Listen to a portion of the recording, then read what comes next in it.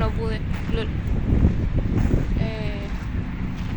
Ando con una oreja perforada, así que después cuando vuelvo así a la casa voy a tener que hacerme la otra.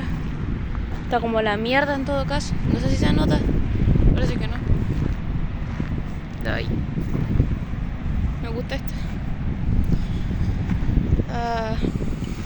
No es interesante. Una hueá de Telemundo. Voy a caminar más para allá, para donde es Perú, weón. Quiero llegar a Pata, ¿cómo se llama? A Lenga. Me gustaría.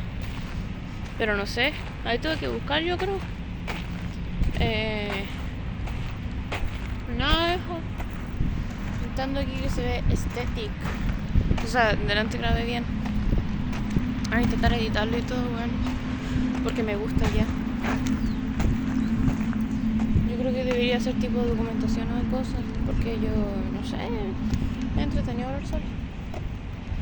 Qué wea, caro chico. Mira, editar alguna wea. Ojalá.